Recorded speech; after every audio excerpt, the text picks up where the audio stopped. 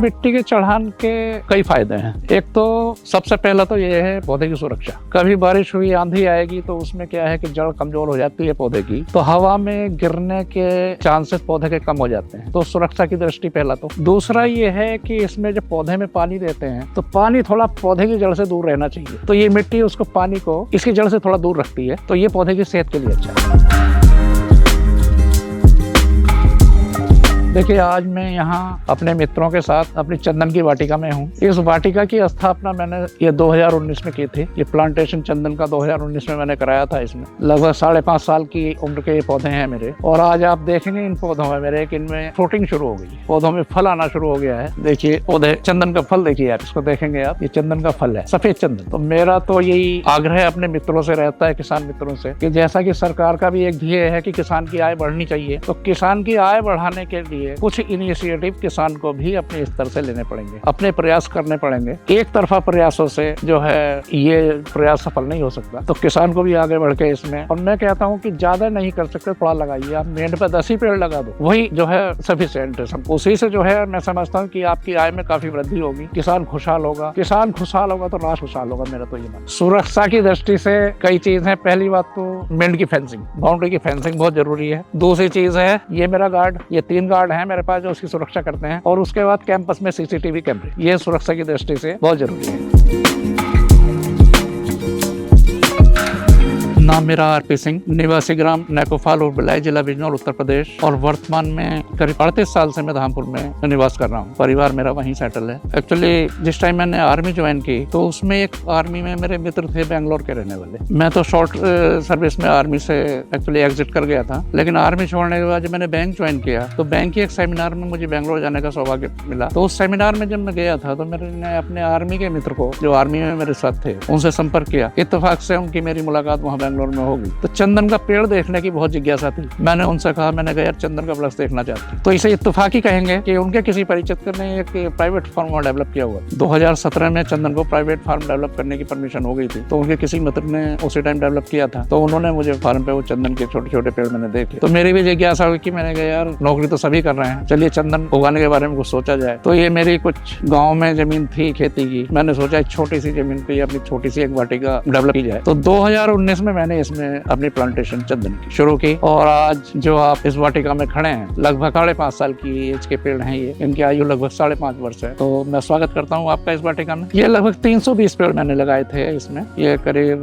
6250 square yard जमीन थी मेरी। जमीन में करीब 320 पेड़ मैंने लगाए थे। तो इसमें मोर्टिलिटी रेट आता है कुछ 10 से 15% तक मोर्टिलिटी आ जाती है, लेकिन फिर भी उस हिसाब से कम रही मोर्टिलिटी मेरी। लेकिन करीब 285-290 पेड़ मेरे पास लाइव हैं इस टाइम। आप तो वाटिका में ही जंगल है और जंगल का जीव है, उसे जाने से कहीं कोई रोक नहीं सकता। मैंने तो आम के बाग में भी, आम के पेड़ पे भी सांप देखे, तो ऐसा नहीं है, लेकिन जंगल का जीव है, जंगल में आएगा, रोक तो नहीं सकते उसको।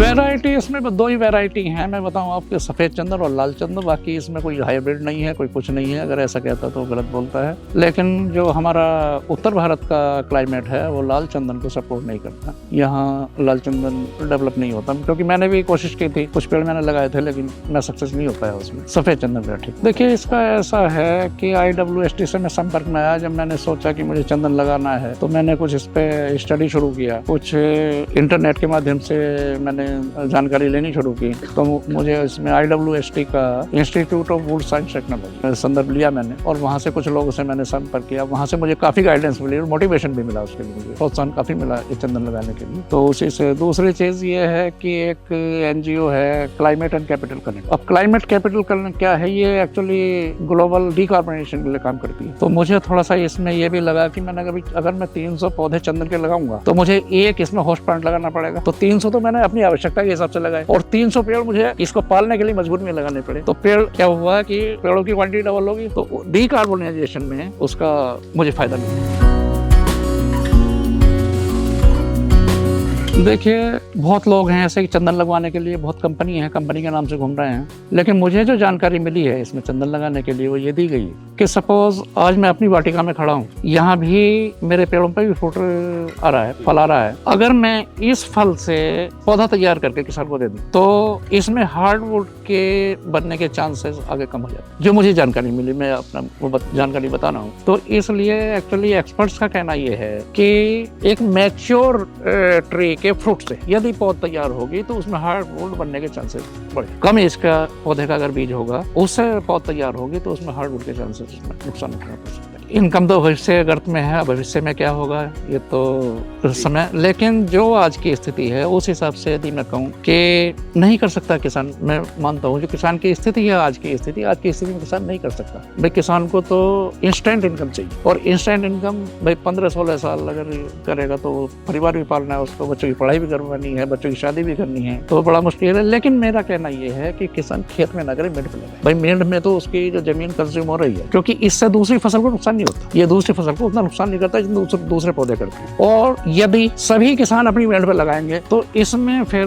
नुकसान होने का खतरा भी कम हो जाता है। जो नुकसान के एक डर रहता है, भाई सभी किसानों ने मान लिया अपनी मेंढ पे लगा दिया तो सभी सुरक्षा करेंगे, सभी देखभाल करेंगे, तो फिर नुकसान होने के चांसेस भी कम। देखिए, सफेद चंदन ये एक सेमी पैरासाइटिक प्लांट है, अर्धपरजीवी। अर्धपरजीवी कह सकते हैं कि ये करीब 40% न्यूट्रिशन तो अपनी जड़ से ले लेता है, और 60% न्यूट्रिशन ये दूसरे पौधे की जड़ों से हिस्टोरिया बना के लेता है। तो एक दूसरा होस्ट प्लांट इसके साथ में लगाना बहुत जरूरी है, क्योंकि अगर इसे अकेला लगा दें, अकेला पौधा ये नहीं चल पाएगा, बहुत लंबे टाइम सूख जाएगा। तो पौधे चंदन से चंदन की दूरी तो मैं रिकमेंड करूंगा, मैंने हालांकि 12x12 पे लगाया हुआ है, लेकिन मैं इसको रिकमेंड करूंगा 15x12। पौधे से पौधे की दूरी 15 फीट और लाइन से लाइन की दूरी 12 फीट, और होस्ट प्लांट जो है वो 7-7.5। देखिए, बीमारी का इसमें ऐसा है, एक तो जहाँ पे जमीन में नीचे दीमक का प्रकोप रहता है जनरली, और एक इसमें बीमारी जो ज्यादा अटैक करती है वो है फंगस। अप्रैल मई में जब गर्मी का मौसम होता है उस टाइम इससे फंगस अटैक का डर रहता है। तो फंगस के लिए फंजीसाइड का स्प्रे और पौधे पे पर्सनल अटेंशन बहुत जरूरी है, कि जहाँ भी आप देखें कि भाई फंगस का वो है तो उस जड़ों में उसको फंजीसाइड डालना। और दूसरा है दीमक, क्योंकि दीमक पौधे को सबसे ज्यादा नुकसान पहुंचाती है, और मैं समझता हूँ अगर ध्यान नहीं दिया जाए तो दीमक 5 दिन में पौधे को बिल्कुल डिस्ट्रॉय कर देती है। तो दीमक सही से बचाना है। ये जो एंटी टर्माइट ये हैं दवाइयाँ, ये पौधे पे स्प्रे भी करनी है और जड़ में भी डालनी है। का जो रेट तय होता है वो तय होता है ऑयल कंटेंट, कि आपके जो हार्डवुड है उसमें ऑयल कंटेंट कितना, ऑयल कंटेंट से आपकी पौधे की कीमत तय होती है। देखिए, मैं एक्चुअली स्पेशली खेती चंदन की है, मेरे पास दूसरी खेती है, तो इसीलिए इसकी सिक्योरिटी पॉइंट ऑफ व्यू से मुझे ये सब करना पड़ा, क्योंकि मैंने फेंसिंग भी कराया, इसकी टीन से बाउंड्री को लॉक भी कराया, सीसीटीवी भी लगवाए हैं और डॉग भी रखे हैं। और इसमें भी सीसीटीवी मेरे हाईटेक हैं, क्योंकि इसमें एक डीवीआर मेरी धामपुर भी लगी हुई है, इसकी रिकॉर्डिंग यहाँ भी हो रही है, धामपुर भी हो रही है। बट डर इसमें एक्चुअली 7-8 साल तक कोई डर नहीं है, लेकिन 7-8 साल के बाद जो है फिर पौधे में जब हार्डवुड बनने लगेगी, इसमें कुछ पानी शुरू हो जाए तो फिर पौधे की चोरी का डर बढ़ जाता है। सफेद चंदन जो है इसकी तो डिमांड आपके परफ्यूम,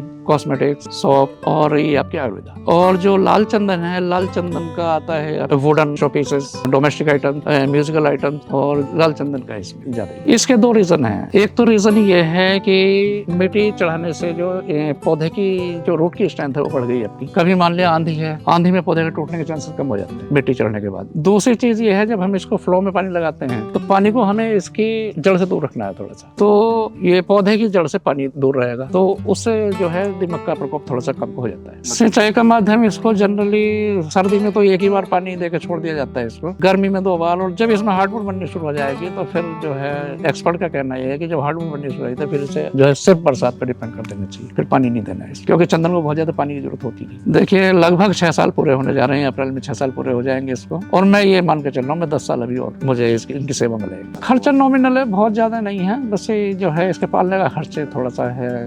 उस टाइम तो खर्च करीब ये समझिए आपके 300 पेड़ों का, हाँ लगभग 75,000 का। देखिए, मैं ये समझता हूँ कि 3 से 3.5-4 लाख रुपए का पौधा जो आज के रेट के हिसाब से हो जाना चाहिए एक पेड़। देखिए, पेड़ की हार्वेस्टिंग की परमिशन तो फॉरेस्ट डिपार्टमेंट से हर एक पेड़ के लिए लेनी पड़ेगी, चाहे फ्रूट का पेड़ हो चाहे इमारती लकड़ी हो, तो इसलिए चंदन के लिए ये कोई यूनिक नहीं है फॉर फॉरेस्ट डिपार्टमेंट।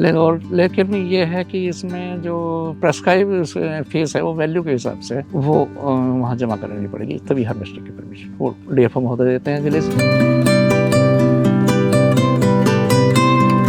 हाँ देखिए, हर चीज के दो पहलू होते हैं। कहीं आपको प्रोत्साहन भी मिलता है, कहीं आपको आलोचनाओं का भी सामना करना पड़ता है। एप्रिसिएशन और डिमोरलाइजेशन, दोनों ही चीजें। तो जिस टाइम मैंने शुरू किया था तो कुछ लोगों ने ये भी कहा, बोले यार कहाँ एसी में बैठते थे, बैंक में मैनेजर थे, मैनेजर की नौकरी छोड़कर फिर खेती में आ गए। लेकिन कुछ लोगों ने अप्रिशिएट भी किया, तो दोनों चीजों का सामना करना पड़ता है। हाँ, मुझे बहुत अच्छा अप्रिसिएशन मुझे मिल रहा है, और मैं अपने हर किसान भाई को, हर यंगेस्ट फार्मर को ये कहना चाहूंगा कि भाई खेत में ना करके मेड़ पे लगाइए। 10 पेड़ लगाइए आप, उसके बाद देखें कि आप याद करेंगे कि किसी ने कोई सलाह दी थी। किसी के घर में अगर बिटिया है, बिटिया के नाम से 2 पेड़ लगा दीजिए, उसकी शादी की चिंता छोड़ दो। मैं यही सलाह देना चाहता हूँ कि देखिए, आजकल सरकार का भी कहना है कि भाई किसानों की आय बढ़नी चाहिए, लेकिन एक तरफा स्टेप से ये पॉसिबल नहीं है जब तक किसान अपना इनिशिएटिव नहीं। किसान को भी इनिशिएटिव इसमें लेना पड़ेगा। भाई सरकार तो कर ही रही है, लेकिन जो है किसान भी इसमें अपना थोड़ा सा सहयोग करेंगे तो सफल होंगे किसान भाई, इसमें कोई दो राय नहीं है। और हो भी रहे हैं। आजकल यंगस्टर में चार्म है इस चीज़ का। आप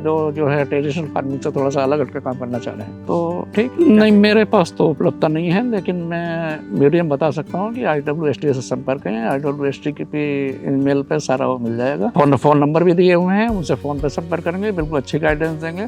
वहाँ से जो है बहुत अच्छा IWST बेंगलोर। मैं आपको मोबाइल नंबर अपना बता देता हूँ, तो अगर जो किसान भाई मुझसे संपर्क करना चाहते हैं, मैं उनको अपना नंबर नोट करा देता हूँ। 9634803050।